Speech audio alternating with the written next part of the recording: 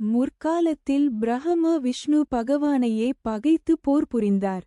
அப்பொழுது பிரம்மாவுக்கு ஏற்பட்ட அகங்காரத்தை ஒடுக்க நினைத்த மகாவிஷ்ணு தன் காதுகளிலிருந்து மது கைடபர்கள் என்ற 2 அசுரர்கள் வெளிப்படச் செய்தார். அவர்கள் பிரம்மாவை கொல்ல முயன்றபோது அவர்களை தடுத்த மகாவிஷ்ணு பிரம்மாவை விட்டுவிடும்படியும் அவர்கள் கேட்கும் வரத்தை தருவதாகவும் கூறினார். அந்த அசுரர்கள் மகாவிஷ்ணுவிற்கு வேண்டுமானால் தாங்கள் வரம் தருவதாக கூறினர்.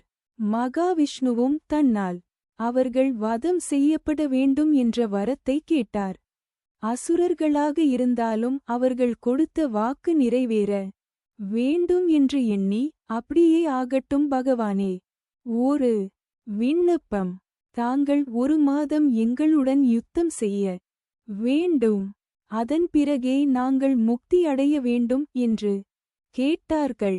பகவானும் அப்படியே வரம் தந்தார். யுத்தத்தின் முடிவில் பகவான் அவர்களை வீழ்த்தினார். பகவானின் மகிமைகளை உணர்ந்த அசுரர்கள் பகவானின் பரமபதத்தில் தாங்கள் நித்தியவாசம் செய்ய வேண்டும் என்ற வரத்தினை கேட்டனர். மார்கழி மாதம் வளர்பிறை ஏகாதசி அன்று பரமபதத்தின் வைகுண்ட வாசலை சொர்க்கவாசல் திறந்து அதன் வழியே அசுரர்களை சேர்த்து கொண்டார்.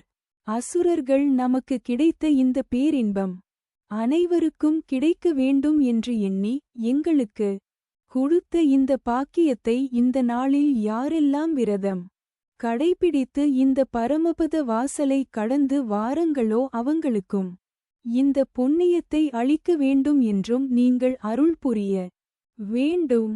இந்த நாளை அனைவரும் திருவிழாவாக கொண்டாட வேண்டும் என்று வேண்டியிருக்கிறார்கள்.